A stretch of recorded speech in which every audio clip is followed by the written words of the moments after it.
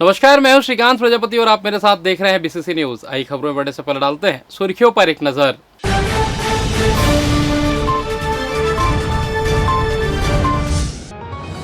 स्वच्छता सर्वेक्षण में बिलासपुर अव्वल, मिला राष्ट्रीय पुरस्कार। कलेक्टर पहुंचे मेंटल हॉस्पिटल, व्यवस्थाओं का लिया जायजा।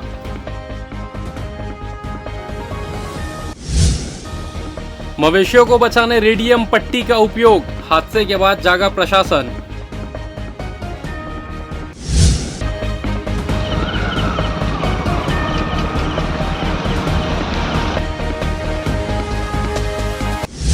तो ये थी सुर्खियां, अब खबरें विस्तार से। छत्तीसगढ़ को स्वच्छता के क्षेत्र में प्रतिष्ठित प्रेसिडेंट अवार्ड से सम्मानित किया गया है। दिल्ली के विज्ञान भवन में आयोजित समारोह में राष्ट्रपति द्रौपदी मुर्मू ने यह सम्मान उप मुख्यमंत्री अरुण साहू को प्रदान किया। कार्यक्रम में केंद्रीय मंत्री मनोहर लाल और राज्य मंत्री तोखन साहू भी शामिल हुए। स्वच्छ सर्वेक्षण 2024 में प्रदेश के 7 नगरीय निकायों को राष्ट्रीय स्तर पर सम्मान मिला है। नगर पंचायत जिला को 20,000 से कम आबादी में देश का सबसे स्वच्छ शहर घोषित किया गया। बिलासपुर को 3 से 10 लाख आबादी वाले शहरों में दूसरा स्थान मिला, जबकि कुम्हारी को 20 से 50,000 की श्रेणी में तीसरा स्थान मिला। रायपुर नगर निगम को स्वच्छता में उत्कृष्ट कार्यों के लिए मिनिस्ट्रियल अवार्ड मिला है। वहीं अंबिकापुर, पाटन और विश्रामपुर को सुपर स्वच्छता लीग के लिए चुना गया है।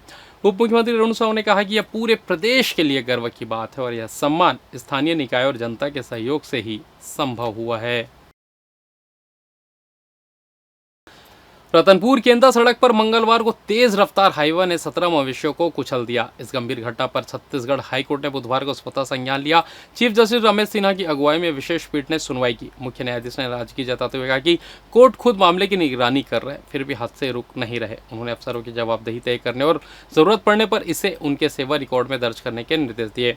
हाईकोर्ट ने राज्य के मुख्य सचिव और NHAI के प्रोजेक्ट मैनेजर को शपथ पत्र सौंपने के आदेश भी दिए हैं। इससे पहले 28 अप्रैल को सरकार ने बताया था कि सड़क पर मवेशियों से जुड़ी घटनाओं को रोकने के लिए मानक प्रक्रिया लागू की गई है, लेकिन कोर्ट ने चेताया था कि यह सिर्फ कागजों तक न रहे बल्कि जमीन पर सख्ती से लागू हो। हाईकोर्ट में इस विषय पर 2019 से अब तक 33 बार सुनवाई हो चुकी है, लेकिन सड़कों पर मवेशियों की मौत और अव्यवस्था की स्थिति अब भी बनी हुई है। कोर्ट ने यह भी कहा कि आवारा पशु केवल ग्रामीणों की जिम्मेदारी नहीं बल्कि यह सार्वजनिक सुरक्षा का गंभीर मसला है। छत्तीसगढ़ कांग्रेस पार्टी के जन न्याय पदयात्रा का समापन हुआ। मैनपुर से शुरू हुई पदयात्रा का अंतिम प्रस्थान देवपुरी से हुआ। इस दौरान पदयात्रा राजभवन की ओर बढ़ते हुए राज्यपाल को ज्ञापन सौंपा। घेराव के दौरान कांग्रेस जनों ने राज्य सरकार के खिलाफ जमकर नारेबाजी की। इस दौरान बड़ी संख्या में सुरक्षा बलों के जवान मौजूद रहे।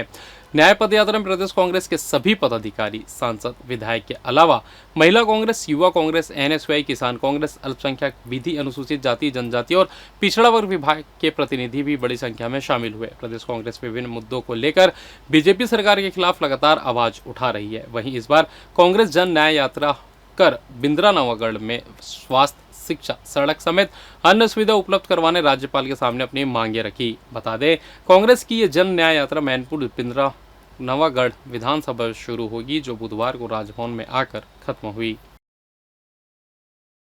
में सम्मिलित होने के लिए पहुंचे आज के इस 7वें दिन के पड़ाव में हमारे जिला कांग्रेस कमेटी रायपुर ग्रामीण के आदरणीय उद्धव प्रसाद वर्मा जी NSY के प्रदेश। इधर कलेक्टर संजय अग्रवाल ने सेंद्री स्थित राज्य मानसिक चिकित्सालय का औचक निरीक्षण किया। निरीक्षण के दौरान उन्होंने मरीजों से सीधे संवाद कर अस्पताल की सुविधाओं और व्यवस्थाओं का जायजा लिया। अस्पताल की OPD में प्रतिदिन प्रदेश भर से 100 से अधिक मरीज उपचार व परामर्श के लिए पहुंचते हैं। कलेक्टर ने महिला, पुरुष और पुनर्वास वार्ड का निरीक्षण कर वहां भर्ती मरीजों की स्थिति और उन्हें मिलने वाली सुविधाओं की जानकारी ली। उन्होंने पंजीयन कक्ष, दवा वितरण केंद्र और रसोई घर का भी अवलोकन किया। मरीजों से भोजन की गुणवत्ता और उपलब्धता के संबंध में चर्चा की गई।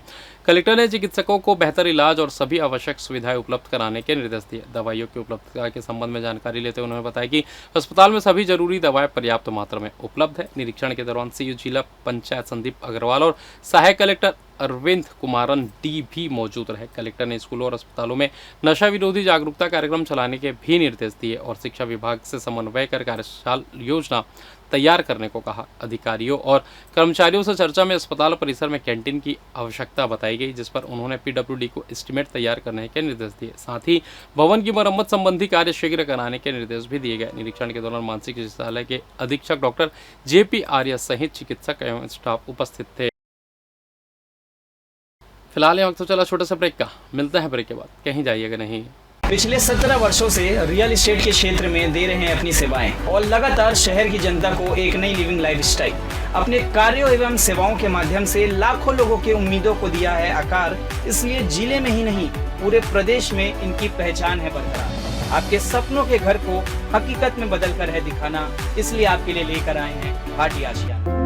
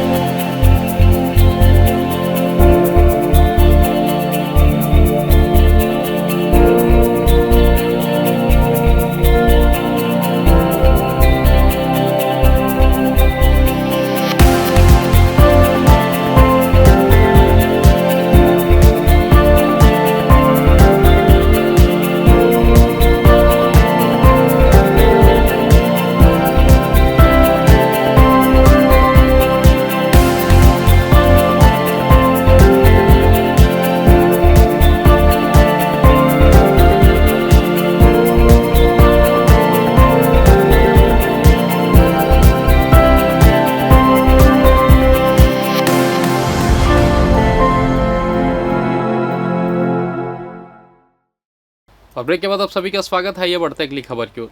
एक दिन पहले ही रतनपुर थाना क्षेत्र के ग्राम बारीडी में सड़क पर बैठे 17 गौवंशों की दर्दनाक मौत ने पूरे जिले को झकझोर दिया था। अज्ञात तेज रफ्तार वाहन ने रात के अंधेरे में वंशियों को रौंद दिया, जिससे 17 की मौके पर ही मौत हो गई और कई घायल भी हो गए। इस घटना ने प्रशासन, जनता और जागरूक नागरिकों को सोचने पर मजबूर कर दिया कि आखिर कब तक इंसान और बेजुबान यूं ही सड़क हादसों का शिकार होते रहेंगे। ग्रामीण एडिशनल एसपी अर्चना झा रतनपुर पहुंची और सड़क पर बैठे मवेशियों की सुरक्षा के लिए सराहनीय और संवेदनशील कदम उठाया। उन्होंने इन मवेशियों के शरीर पर रेडियम पट्टी लगवाई, जिससे रात के अंधेरे में वाहन चालक दूर से ही मवेशियों को देख सके और हादसों को रोका जा सके। ये एसपी अर्चना झा ने मीडिया से बातचीत में कहा कि यह केवल मवेशियों की नहीं, इंसानों की जान बचाने का भी प्रयास है। हम चाहते हैं कि ऐसी घटनाएं दोबारा ना हो। यह एक छोटा प्रयास है, लेकिन इससे बड़ी दुर्घटनाओं को टाला जा सकता है। इस कार्य से न सिर्फ मवेशियों की सुरक्षा सुनिश्चित होगी, बल्कि वाहन चालकों को भी सतर्क रहने में मदद मिलेगी। यह एक उदाहरण है कि प्रशासन यदि संवेदनशील हो तो जमीनी स्तर पर भी प्रभावी बदलाव संभव है। स्थानीय ग्रामीणों और सामाजिक संगठनों ने एएसपी अर्चना झा की इस पहल की सराहना की और इसे संवेदनशील पुलिसिंग का उदाहरण बताया। लोगों की मांग है कि इसी तरह नगर निगम और पशु चिकित्सा विभाग मिलकर स्थायी समाधान की दिशा में काम करे। में जो मवेशी है, गाय इत्यादि हैं, कुछ ही पशु हैं, वो रोड में बैठे रहते हैं, जिसके कारण रात में सड़क दुर्घटनाएं होती है, जिससे मवेशियों की जान को भी खतरा होता है। साथ ही साथ जो वाहन चालक है उनके लिए भी वो रिस्की होता है और एक्सीडेंट होने से उनकी भी जान जा सकती है। तो इन दुर्घटनाओं को रोकने के लिए जो रोड में बैठे मवेशी हैं उनको हम लोग रेडियम बेल्ट पहना रहे हैं गले में, ताकि दूर से वाहन चालक को वो दिखाई दें और किसी दुर्घटना को हम इससे रोक सकें। राजधानी रायपुर के भावना नगर में हुए बलवे में 3 फरार आरोपियों को पुलिस ने गिरफ्तार कर लिया है। पुलिस ने आरोपी फरार शोएब शेख उर्फ शानू और फैज सोनू को गिरफ्तार किया है, जिनमें फैज और सोनू रिश्ते में पिता पुत्र बताया जा रहा है। बता दें कि 8-9 जुलाई की दरमियानी रात को राजेश चंद्र तिवारी द्वारा सड़क पर खाना फेंकने के नाम पर संजय चौधरी, राघव अग्रवाल समेत हिस्ट्री शीटर शेख यासिन उर्फ लाल सोनू के साथ विवाद हुआ था, जिसमें रात में ही लाल सोनू द्वारा राजा तालाब और कई स्थानों से बाउंसर गैंग के करीब 50 से 60 लोगों को भावनानगर बुलवाकर तिवारी परिवार के घर में घुसकर जमकर तोड़फोड़ और मारपीट की थी, जिसमें राजेश चंद्र तिवारी, उनका बेटा और मुंबई से आए बेटे के दोस्त की लाठी और रॉड से बेदम पिटाई की गई थी। इतना ही नहीं, आरोपियों द्वारा पुलिस की मौजूदगी में मेडिकल मुआयजा कराने जिला हॉस्पिटल पहुंचने पर दोबारा बाउंसर गैंग ने हमला कर दोबारा बेदम पिटाई की थी, जिसमें पूरा तिवारी परिवार गंभीर रूप से घायल हुआ था। फिलहाल आरोपियों को पुलिस ने गिरफ्तार कर जेल दाखिल कर दिया है। भावनानगर में जो 8 जुलाई की दरमियानी रात जो घटना हुई थी, उसके में शानू और फैज़ और अशफाक यानी ये 3 आरोपी और हैं जिनको गिरफ्तार किया गया है।